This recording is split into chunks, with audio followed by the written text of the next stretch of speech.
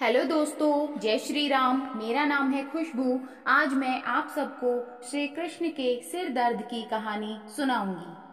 अगर आप मेरे चैनल पर नए हैं तो सबसे पहले चैनल को सब्सक्राइब करें। राधा और कृष्ण के प्रेम के बारे में कौन नहीं जानता है।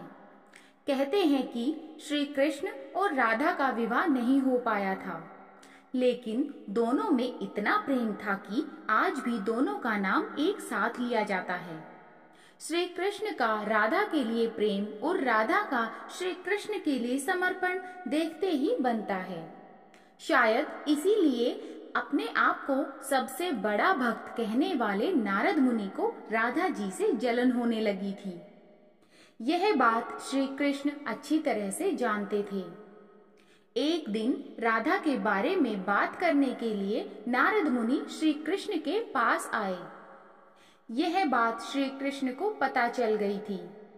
जैसे ही नारद मुनि वहां पहुंचे तो श्री कृष्ण उन्हें देखकर अपना सिर पकड़कर बैठ गए। नारद मुनि ने श्री कृष्ण से पूछा कि क्या हुआ प्रभु, आप ऐसे अपने सिर को पकड़कर क्यों बैठे हैं। श्री कृष्ण ने कहा, हे नारद मुनि, मेरा सिर दर्द कर रहा है। नारद मुनि ने पूछा, प्रभु, इसको दूर करने का क्या उपाय है। तब श्री कृष्ण ने कहा, अगर मैं अपने सबसे बड़े भक्त का चरणामृत पी लूं तो इसे दूर किया जा सकता है। तब नारद मुनि सोचने लगे कि सबसे बड़ा भक्त तो मैं हूँ, लेकिन अगर मैं अपना चरणामृत दूंगा तो मुझे नरक जाने जितना पाप लगेगा। मैं प्रभु को अपना चरणामृत नहीं दे सकता।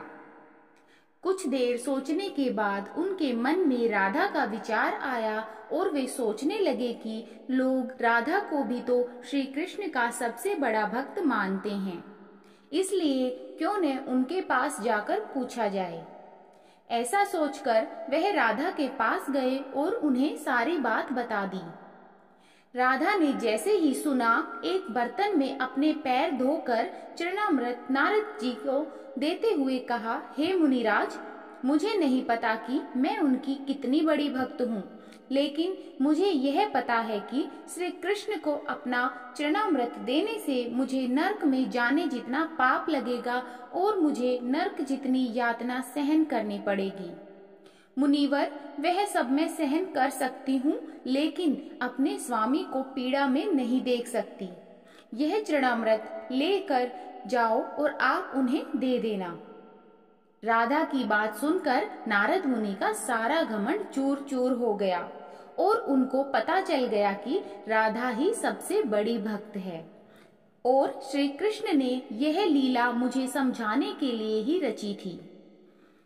जब नारद मुनि राधा के पास से वापस आ रहे थे तो उनके मुख से केवल राधा के नाम की ही धुन सुनाई दे रही थी। जब वे श्री कृष्ण के पास पहुंचे तो देखा कि श्री कृष्ण उनको देखकर केवल मुस्कुराए जा रहे थे और नारद मुनि ने भी सारी बात को समझकर उन्हें प्रणाम करते हुए कहा, राधे राधे। कहानी अच्छी लगी तो चैनल को सब्सक्राइब करें, वीडियो को लाइक